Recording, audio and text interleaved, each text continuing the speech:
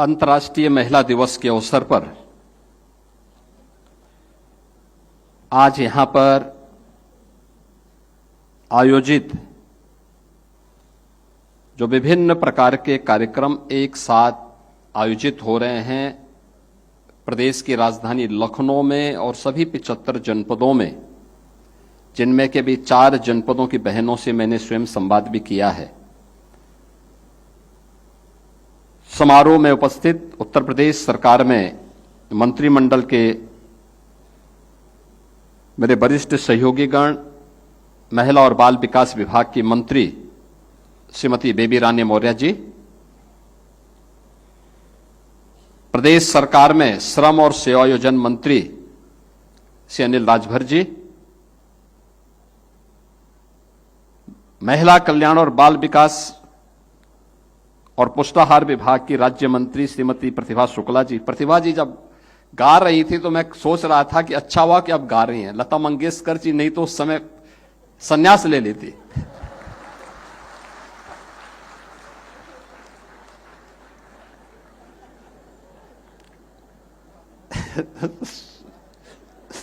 स्वर सम्राज्ञी का वो तो आप जी को खिताब मिलना चाहिए था।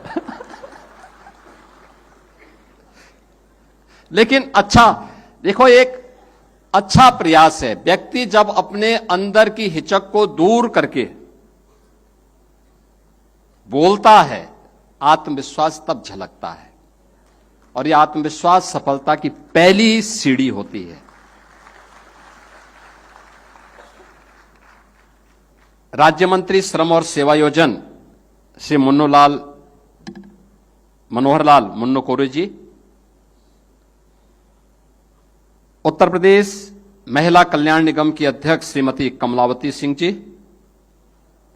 राज्य महिला आयोग की अध्यक्ष श्रीमती बबीता चौहान जी, उपाध्यक्ष महिला आयोग श्रीमती चारू चौधरी जी, उपाध्यक्ष महिला आयोग श्रीमती अर्पणा यादव जी,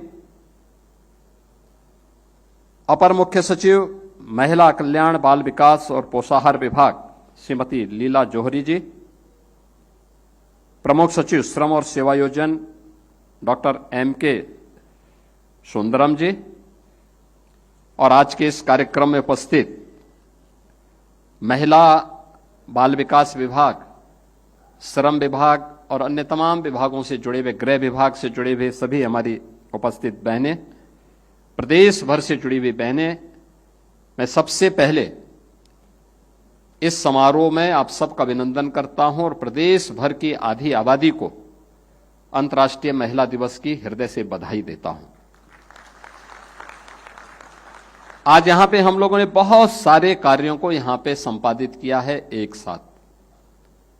आपने देखा होगा कि इस मंच के माध्यम से हम लोगों ने मुख्यमंत्री कन्या सुमंगला योजना के लाभार्थियों को चेक वितरित किया है।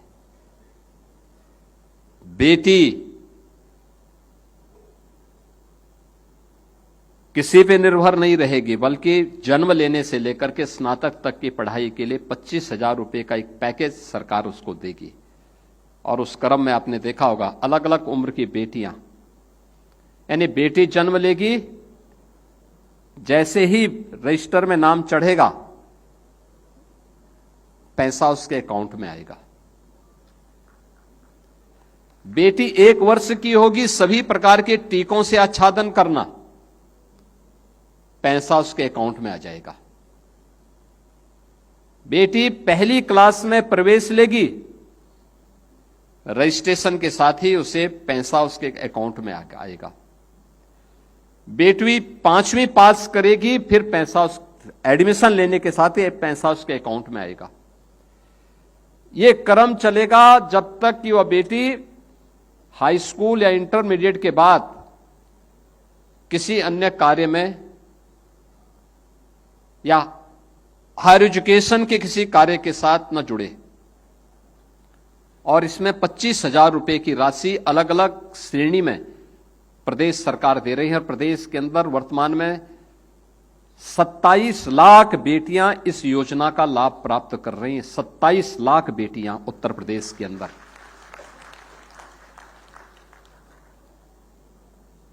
बेटी शादी योग्य हो जाए तो फिर उसको अभिभावक को चिंता नहीं करनी है कि पैसा कहां से आएगा। बेटी की शादी के लिए बिना भेदभाव के, आपको याद होगा जब 17 में सरकार आई थी तो हमने पहले 31,000 रुपये, पहले 35,000 रुपये, फिर 51,000 रुपये, और आज तो बेटी की शादी के लिए राज्य सरकार 1 लाख रुपया दे रही है। 1 लाख रुपया मुख्यमंत्री सामूहिक विवाह योजना में मुझे बताते हुए प्रसन्नता है। अब तक 4 लाख से अधिक बेटियों को इस योजना के माध्यम से, मुख्यमंत्री सामूहिक विवाह योजना के माध्यम से उनकी शादी संपन्न कराने में सरकार ने, प्रशासन ने अपना योगदान दिया है। और बेटी के लिए अभी तो हम लोगों ने एक लक्ष्मीबाई स्कूटी योजना लेके आ रहे हैं, बहुत शीघ्र इसको लॉन्च करने वाले हैं, जिसमें बेटी को हम एक स्कूटी देंगे। खासतौर पर स्नातक और प्रास्नातक की फाइनल ईयर की बेटियों को, जो मेधावी बेटियां हैं, पहले चरण में उनको उपलब्ध करवाएंगे और दूसरे चरण में फिर अन्य लोगों को भी इसके साथ धीरे धीरे करके आगे बढ़ाएंगे। पहले से पैसे की व्यवस्था कर दी गई है। यानी ये स्कीम बताती है कर्मिक रूप से महिला श्रम बल कैसे आगे बढ़ता है, ये उसके उदाहरण है। आज उस कार्यक्रम को महिला कन्या सुमंगला योजना के लाभार्थियों को यहां चेक वितरित किए गए। महिला कल्याण विभाग और पुलिस विभाग में उत्कृष्ट कार्य करने वाली महिला कार्मिकों को भी सम्मानित किया गया। बाल विवाह को रोकथाम करने के लिए उत्कृष्ट कार्य करने वाली महिलाओं तथा 181 महिला हेल्पलाइन में उत्कृष्ट कार्य करने वाली कार्मिकों को भी यहां पे सम्मानित किया गया। राजकीय जो गृह हैं, बालिकाओं के गृह हैं, उनमें से उनकी रैंकिंग की जाती है, उसमें 80% से अधिक अंक प्राप्त करने वालों को भी यहां पे सम्मानित किया गया। और मुख्यमंत्री बाल सेवा अंतर्गत भी मेधावी बालिकाओं को सम्मान आज यहां पे किया गया। 6 महिलाओं को नारी शक्ति अवार्ड दिए गए।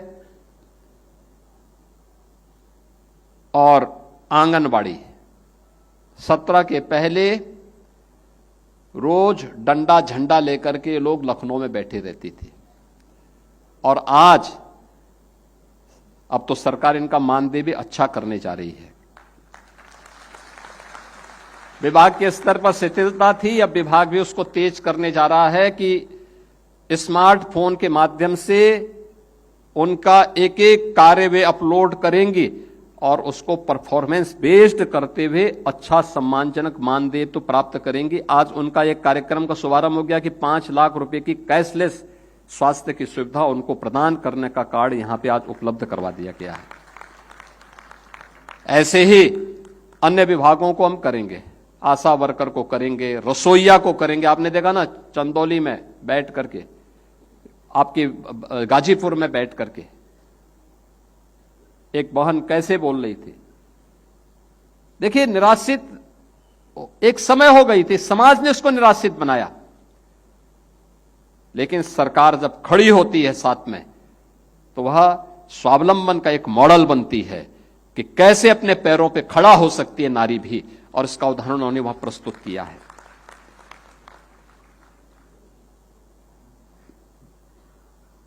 श्रम विभाग में सेवायोजित 10 बेटियों को आज हम लोगों ने नियुक्ति पत्र भी दिया है। रोजगार के लिए जो विभिन्न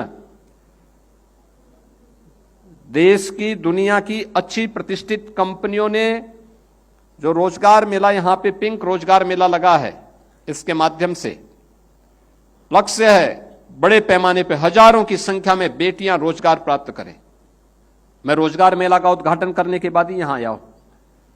क्या आत्मविश्वास था उन बेटियों में कुछ कर गुजरने की। यद्यपि मैंने उन्हें बोला, बहुत सारी बेटियों को मैंने कहा पढ़ाई करो, अभी चिंता मत करो, रोजगार की कार्य की कमी नहीं है।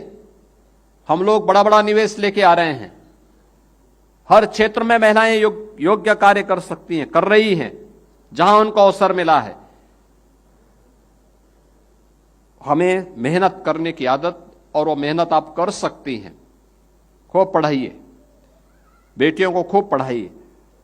और मैं देख रहा था क्या आत्मविश्वास उनके मन में है।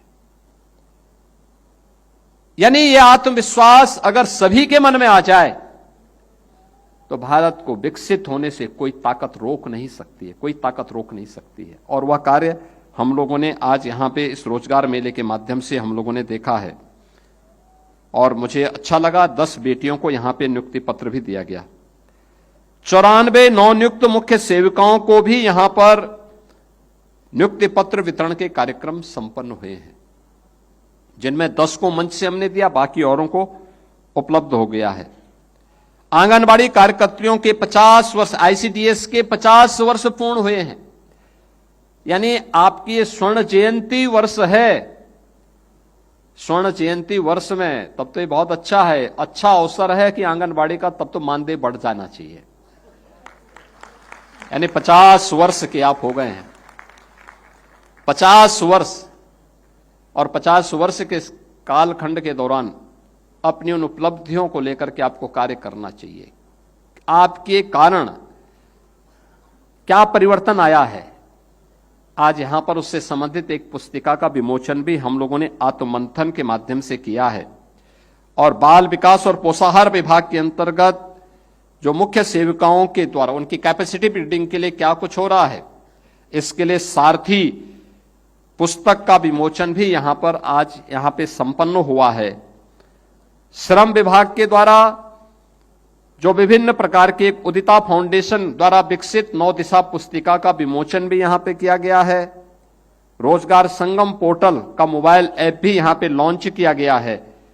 और आंगनबाड़ी कार्यकर्तियों को लगभग 9 करोड़ रुपए बीमा प्रीमियम का और डीबीटी के माध्यम से उनकी यूनिफॉर्म का पैसा भी आज यहां पर वितरण करने की कार्रवाई की गई है, जिसमें यूनिफॉर्म वितरण करने के लिए अलग से लगभग 30 करोड़ रुपए की धनराशि उनको यहां पर उपलब्ध करवाई जा रही है, जिसमें 2 आंगनबाड़ी कार्यकर्तियों और 2 सहायकों को मैंने मंच पे उन्हें यह सम्मान दिया है। सेवा मित्रों को भी यहां पे यूनिफॉर्म वितरण के कार्यक्रम को इसके साथ जोड़ा गया है।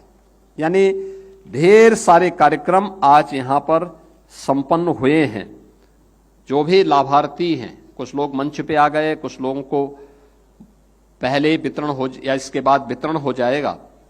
मैं इन सभी बहनों को और प्रदेश भर के अलग अलग जनपदों में जिन्हें आज ये सम्मान प्राप्त हो रहा है, उन सभी को इस सम्मान के लिए हृदय से बधाई देता हूं, अपनी शुभकामनाएं देता हूं।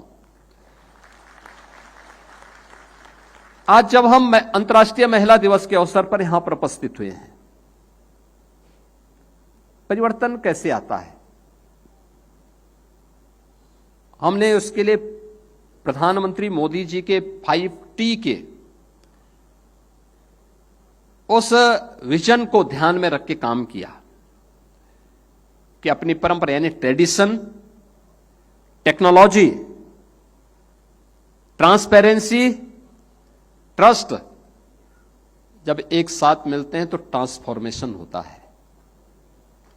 यानी ट्रेडिशन, हमारी परंपरा का सम्मान करना। भारत की परंपरा क्या है, उन परंपराओं का आदर करना, विरासत का सम्मान। विरासत का सम्मान हो, विकास अपने आप ही रास्ता तय कर लेता है। हम उसको आगे करें, उसके लिए हमें क्या कुछ करना होता है, यानी उसको हमें टेक्नोलॉजी के साथ जोड़ करके उसको और आसान करना होता है। टेक्नोलॉजी के साथ जोड़ना, कार्य में ट्रांसपेरेंसी होनी चाहिए, पिक एंड चूज नहीं होना चाहिए। ट्रांसपेरेंसी होनी चाहिए। जब ये चीजें होंगी तो पब्लिक का विश्वास पैदा होता है, आत्मविश्वास वही बदलने का कारण बनता है। और यही ट्रस्ट ट्रांसफॉर्मेशन का कारण बनता है, परिवर्तन का कारण बनता है। और ये 5T का आज एक उदाहरण उत्तर प्रदेश बना है। उत्तर प्रदेश उसका एक मॉडल बना है और उसी मॉडल को लेकर के आज हम लोगों ने प्रदेश के अंदर कार्य करना प्रारंभ किया है। मेरा यह मानना रहा है और आदरणीय प्रधानमंत्री जी बार बार इस बारे में कहते हैं, आधी आबादी को नजरअंदाज करके कोई समाज स्वावलंबी नहीं हो सकता। आधी आबादी को नजरअंदाज करके कोई समाज आत्मनिर्भर नहीं हो सकता है। और इसके लिए आप याद करिए 2014 में जब मोदी जी प्रधानमंत्री बने थे तो उन्होंने देश के अंदर बेटी बचाओ बेटी पढ़ाओ का कार्यक्रम आगे बढ़ाया था। बेटी बचाओ बेटी पढ़ाओ के बाद उन्होंने मातृवंदना योजना से लेकर के अनेक ऐसे कार्यक्रम महिला सशक्तिकरण के लिए उठाए, जिसके दम पर आज देश भर की बेटियां स्वावलंबन के मार्ग पर आगे बढ़ रही हैं। और अब तो आने वाले समय में विधानसभा और संसद में भी 33% सीटों पर बेटियां और बहनें चुन करके जाएंगी। यह भी प्रावधान अभी से प्रधानमंत्री मोदी जी ने तय कर दिया है। जीवन के प्रत्येक क्षेत्र में लखपति दीदी हो, ड्रोन दीदी के लक्ष्य को आगे बढ़ाना हो, महिला स्वयंसेवी समूह के माध्यम से स्वावलंबन का मार्ग प्रशस्त करना हो, या सैनिक स्कूलों में बेटियों की भर्ती को प्रोत्साहित करने का कार्य हो, अलग अलग क्षेत्र में उन्हें जीवन के प्रत्येक क्षेत्र में आगे बढ़ाने की प्रक्रिया का हिस्सा यह आज मजबूती के साथ आगे बढ़ा है। तो उसी से प्रेरणा लेकर के हम लोगों ने 17 में आने के बाद प्रदेश के अंदर जब मिशन शक्ति के कार्यक्रम को आगे बढ़ाया, इससे पहले सुरक्षा की स्थिति अच्छी नहीं थी, न बेटी सुरक्षित थी न व्यापारी सुरक्षित था। और जब बेटी ही सुरक्षित नहीं है तो अराजकता फैलनी थी। कर्फ्यू, दंगा, ये उत्तर प्रदेश की पहचान बन गई थी। अराजकता चरम पर थी, दुर्व्यवस्था थी, पलायन होता था। आप चले जाइए उत्तर प्रदेश के कई जनपद ऐसे थे जहां अभिभावक बेटी को या तो स्कूल नहीं भेजता था, और स्कूल भेजने के लिए अगर उनको लगता था कि नहीं बेटी को पढ़ाना है, तो उत्तर प्रदेश के बाहर सुदूर बेटी को या तो हॉस्टल में डाल देते थे या किसी रिश्तेदार के यहां भेज देते थे।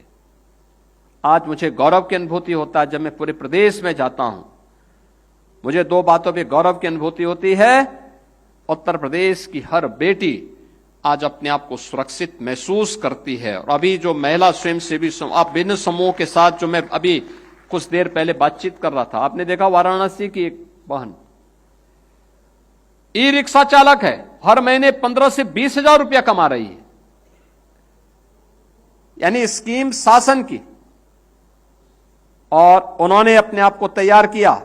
पहले लोग हंसते थे, आज वह सबको हंसा रही है, अपने कार्यों के माध्यम से गौरव की अनुभूति करवा रही है। यह होता है स्वावलंबन। आज प्रदेश में मैं कहीं जाता हूं, मुझे अच्छा लगता है, बेटी स्कूल जा रही है, कोई डर नहीं,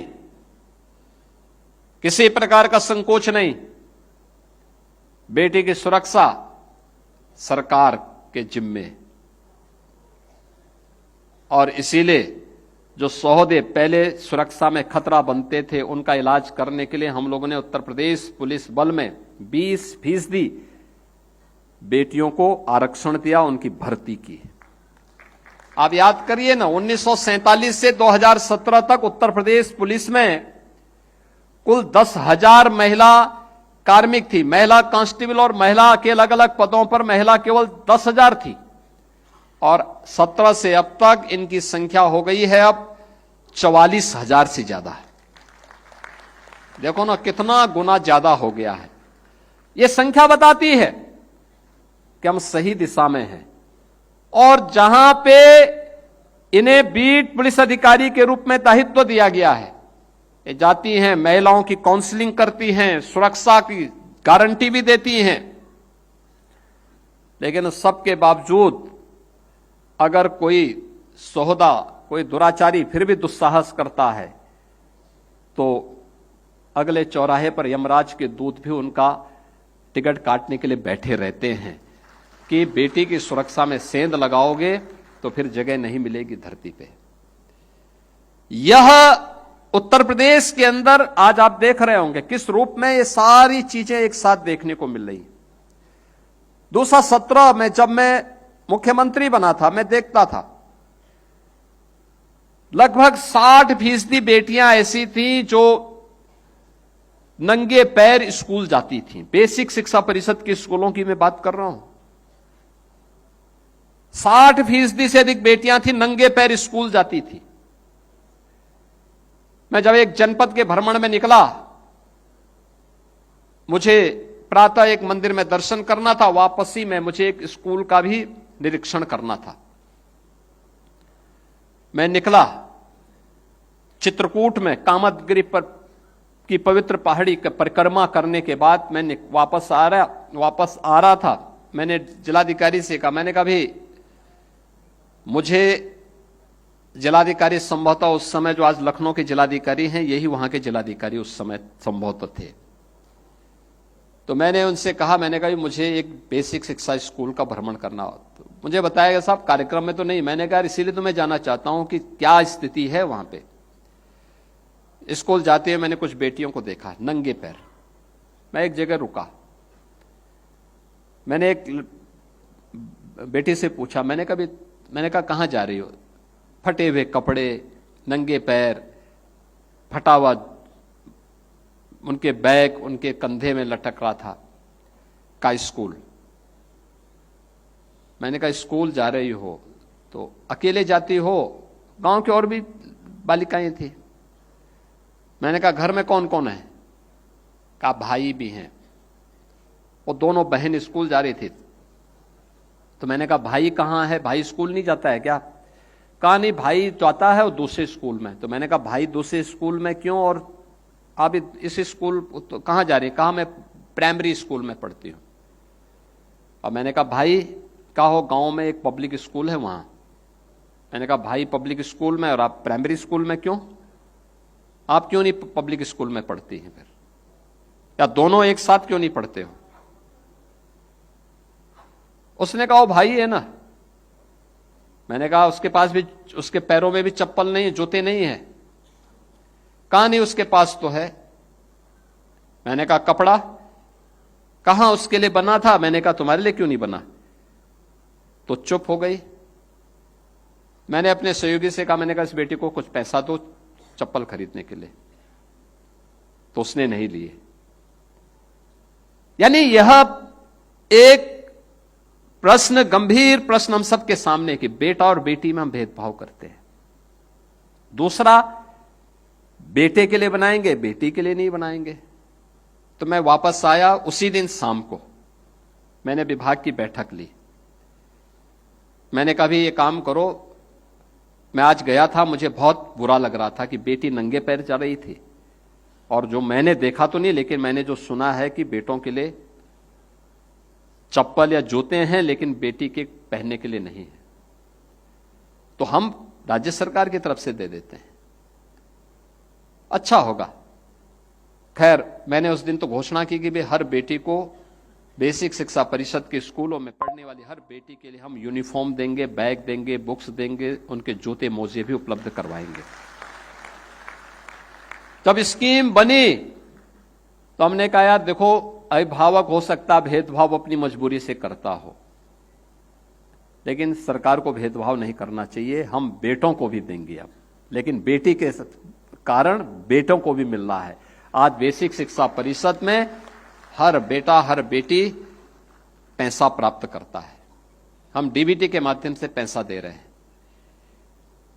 ये देख करके मुझे लगता है, मैं अब जाता हूं, लगभग 98 से 99% बेटियां या तो जूते मोजे में होती हैं, नहीं तो चप्पल में तो जरूर अब स्कूल आती हैं, नंगे पैर नहीं जाती हैं। सर्दियों में उनके बदन में भी स्वेटर होता है, नहीं तो फटी हुई कुर्ती होती थी, उसी को पहन करके स्कूल आती थी। आज इससे हम उभर चुके हैं और ये स्वस्थ समाज की एक निशानी है। हम भेदभाव नहीं करते।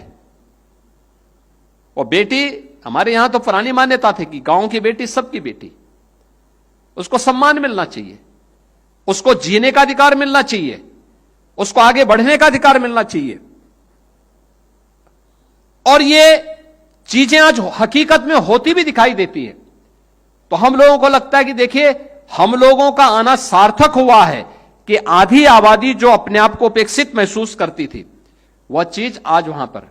मुझे याद है जब मैंने मुख्यमंत्री सामयिक विवाह की स्कीम लागू करवाई, 35,000 रुपए उस समय थी राशि, तो समाजवादी पार्टी ने बहुत विरोध किया, कहा अरे साहब ये तो अपमान है। मैंने कहा अपमान क्यों? कहा अरे ताई ये 35,000 रुपए में शादी के लिए आप उन गरीबों का अपमान करना चाहते हैं। और मैं जब कई जनपदों में सामूहिक विवाह योजना के कार्यक्रमों में गया, मुझे अच्छा लगा कि उन जनपदों में सामूहिक विवाह की योजना के अंतर्गत हजारों हजार बेटियां, उनके परिवार के सदस्य, नातेदार, रिश्तेदार उस कार्यक्रम में सहभागी बनते हैं। और अब तक हम लोग 4 लाख से अधिक बेटियों की शादी इस स्कीम के अंतर्गत कर चुके हैं। 1 लाख रुपए वर्तमान में हम इसको दे रहे हैं। यानी ये शासन की वे योजनाएं हैं जो योजनाएं स्वावलंबन का कारण भी बन रही हैं। और इसीलिए मिशन शक्ति के कार्यक्रम को हमने महिला सुरक्षा के साथ, महिलाओं के सम्मान के साथ और नारी स्वावलंबन के साथ जोड़ करके इस कार्यक्रम को आगे बढ़ाया। ये जो मिशन शक्ति का समग्र कार्यक्रम है, नारी सुरक्षा, नारी सम्मान और नारी स्वावलंबन, आज का इस समारोह उसका प्रतीक है। और अंतर्राष्ट्रीय महिला दिवस पर इससे अच्छा दूसरा आयोजन अवसर नहीं हो सकता था कि एक साथ ये सभी कार्यक्रम एक साथ मिल करके यहां पे संपन्न हो। विभाग अलग अलग हो सकते हैं, लेकिन लक्ष्य सबका एक है कि हर नारी को सुरक्षा प्राप्त करने का अधिकार होना चाहिए। और सुरक्षित है तो समाज सुरक्षित है, वह सुरक्षित है तो समाज सुरक्षित है, उसका सम्मान है तो सबका, समाज का सम्मान है। वह स्वावलंबन की ओर अग्रसर हो रही है तो सभी लोग स्वावलंबन के पथ पर अग्रसर हो रहे हैं। आप याद करिए ना, अगर बेटी सुरक्षित हुई है तो उत्तर प्रदेश का हर नागरिक सुरक्षित हुआ है। बेटी अगर सम्मान प्राप्त कर रही है तो उत्तर प्रदेश का नागरिक देश भर में और दुनिया के अंदर जहां कहीं भी जा रहा है वो वहां सम्मान प्राप्त कर रहा है। उत्तर प्रदेश के अंदर अगर नारी स्वावलंबन के पथ पर अग्रसर हुई है, इसका उदाहरण यहां पे से अनिल राजभर जी ने भी अपने उद्बोधन में कहा। 17 के पहले जो वीमेन वर्कफोर्स थी, महिला कार्यबल था, यह केवल 13% काम करता था। आज 36 से 37% महिलाएं कार्य कर रही हैं, अलग अलग क्षेत्रों में कार्य कर रही हैं। और महिला सुरक्षा का सबसे अच्छा मॉडल है, पहले दिन में भी बेटी स्कूल जाने में डरती थी, अब तमाम ऑफिसेज में, तमाम उद्यम में नाइट शिफ्ट में भी बेटियां काम कर रही हैं। यह उसका उदाहरण है। और उसी उदाहरण के साथ आज हम सब यहां पर जुड़े हैं। आज का यह अवसर हमारे लिए महत्वपूर्ण इसलिए है जहां ये सभी कार्यक्रम व्यवस्थित रूप से आगे बढ़ रहे हैं, वहीं हम इस बार के बजट में बहुत सारी नई स्कीम भी लेकर के आए हैं।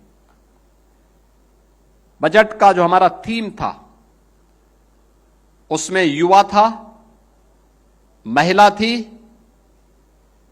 अन्नदाता था और गरीब था।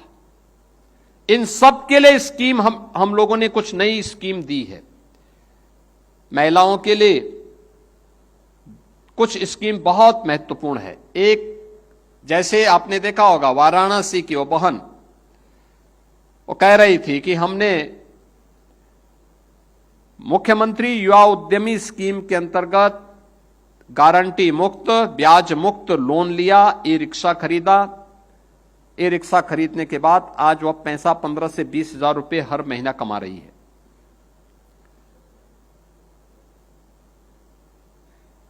मुख्यमंत्री युवा उद्यमी स्कीम के अंतर्गत ये योजना है। आप 5 लाख रुपए तक का लोन ले सकते हैं। उसकी ट्रेनिंग होती है।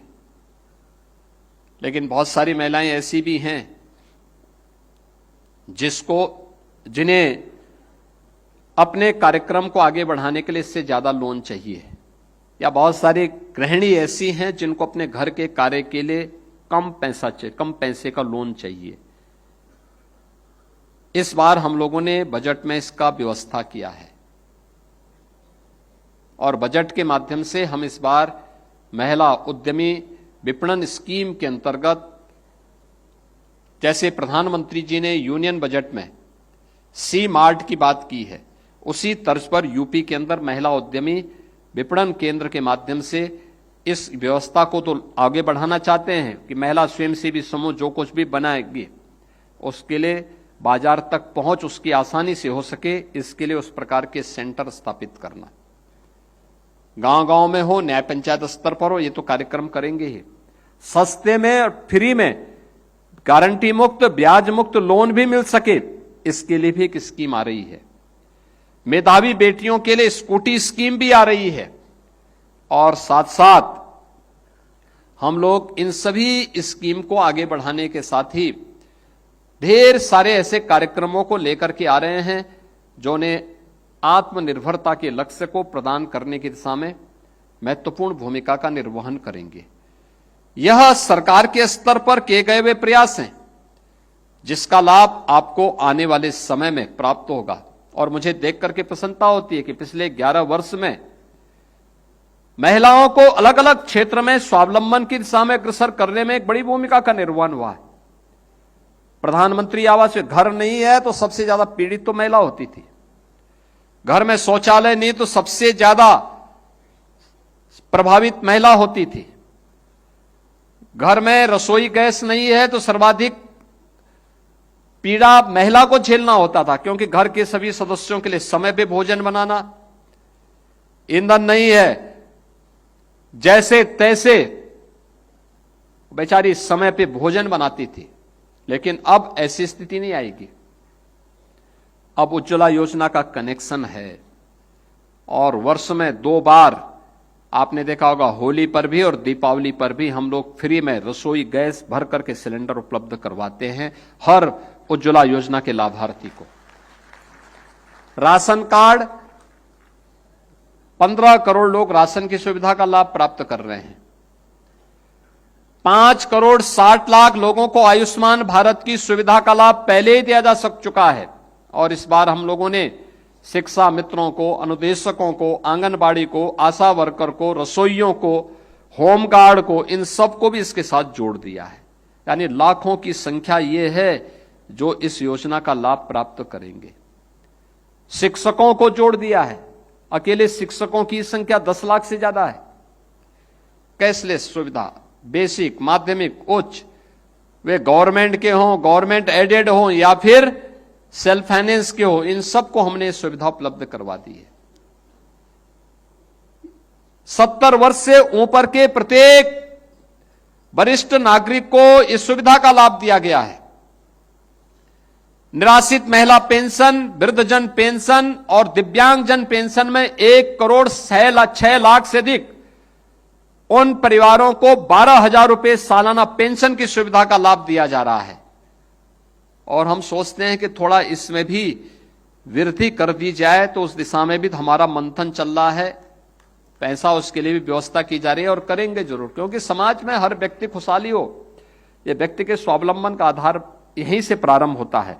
और वह एक बड़ी ताकत हम सबकी उसके माध्यम से बनती है। और उसी कार्यक्रम को आगे बढ़ाने की दिशा में आज हम लोगों ने यह कार्यक्रम आगे प्रारंभ किए हैं। हम लोगों का मानना है, ये जो मिशन शक्ति का थीम है कि सुरक्षा, सम्मान और स्वावलंबन, याद रखना सुरक्षा पहली शर्त है। हर व्यक्ति को सुरक्षा मिलनी चाहिए। सुरक्षा हर व्यक्ति में आत्मविश्वास भरता है। आत्मविश्वास उसे आत्मगौरव की अनुभूति कराता है और आत्मगौरव का यह भाव ही व्यक्ति को आत्मनिर्भरता के लक्ष्य को प्राप्त करने की दिशा में अग्रसर करता है। ये आत्मनिर्भरता यही विकसित भारत की संकल्पना का आधार बनने वाला है। प्रधानमंत्री जी ने देशवासियों के सामने लक्ष्य तय किया है 2047, भारत का वह दिन जब ये देश अपनी आजादी का शताब्दी महोत्सव मना रहा होगा। उस समय कैसा भारत चाहिए? विकसित भारत। विकसित भारत जहां पे हर व्यक्ति खुशहाली से अपना जीवन यापन कर सके, आगे बढ़ सके, और उस दिशा में किए जाने वाले प्रयास आज उसी दिशा में किए जाने वाले प्रयास का एक हिस्सा है। अभी आने वाले समय में अनेक कार्यक्रम आगे बढ़ाएंगे।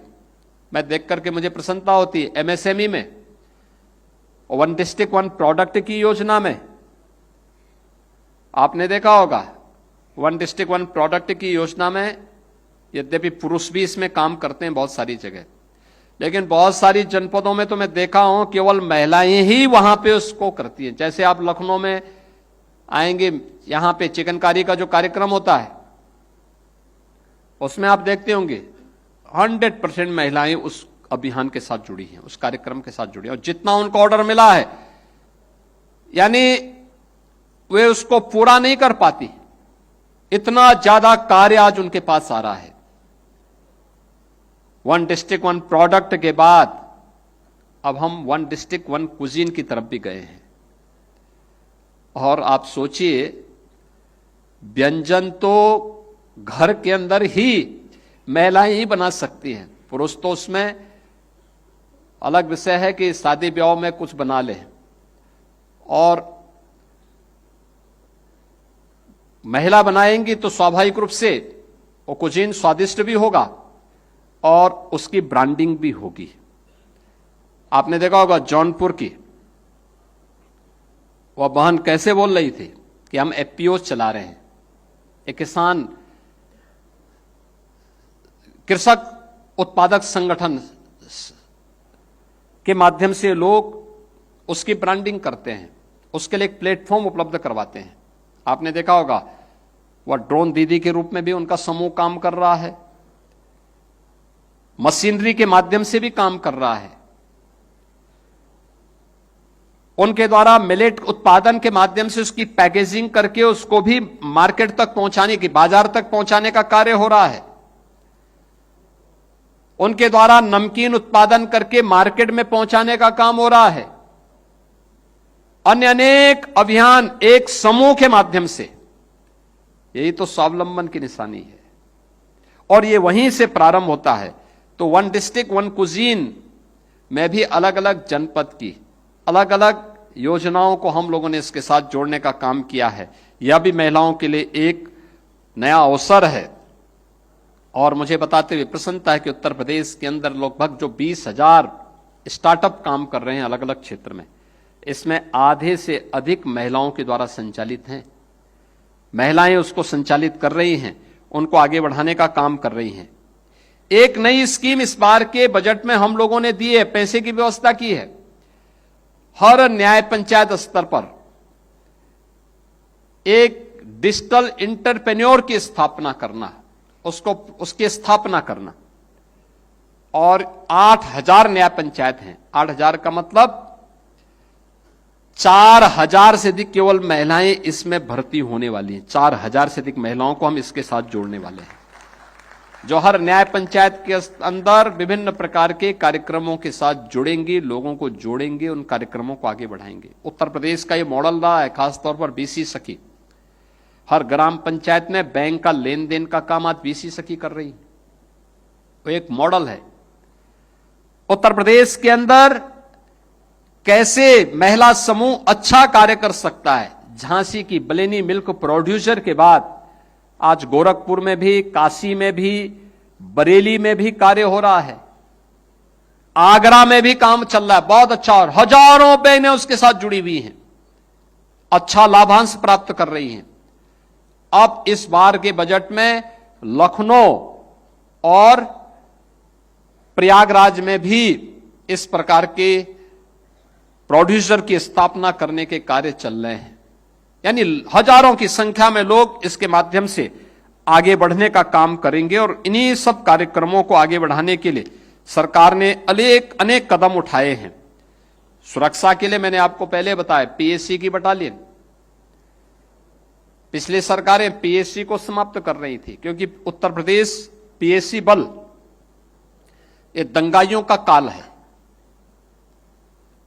और दंगाइयों को प्रोत्साहित करने वाली सरकार पीएससी बल को ही समाप्त कर रही थी। हम लोग आए, हमने कहा ये बल समाप्त नहीं होगा, इसको हम पुनर्गठन करेंगे।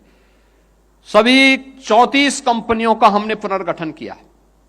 हमने कहा इसमें सब पुरुष हैं, काम करो कि महिलाओं के लिए भी 3 अलग बल गठित करो।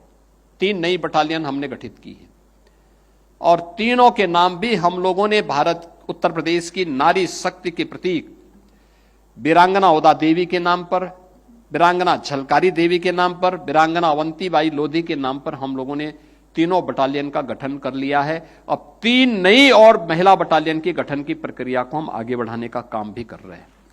यानी ये सरकार की नियत ठीक होती है तो अपने आप रिजल्ट आते हैं और उस रिजल्ट का परिणाम आज प्रत्येक क्षेत्र में हम सबको देखने को मिल रहा है और हम उस कार्य को आगे बढ़ाने के लिए पूरी प्रतिबद्धता के साथ कार्य कर रहे हैं। मुझे तो ये देख करके भी अच्छा लगा। अभी मैं देख रहा था यूपीएससी का रिजल्ट आया है। उत्तर प्रदेश के अनेक बेटियों ने यूपीएससी में अपना सम्मानजनक स्थान प्राप्त किया है और मैं देख रहा था यहां पे कि उत्तर प्रदेश की जो सूची, यानी जो यूपीएससी की, यूनियन पब्लिक सर्विस कमीशन की जो सूची आई, उसमें मानसी, अदिति, तनीषा, ये सभी बेटियां उसमें स्थान प्राप्त कर ली। देश के अंदर टॉप 10 में से 3 महिलाएं हैं और अगर पूरी सूची में आप देखेंगे लगभग 1000 की उस सूची में काफी बड़ी संख्या में उसमें आज बेटियों का सिलेक्शन हुआ है।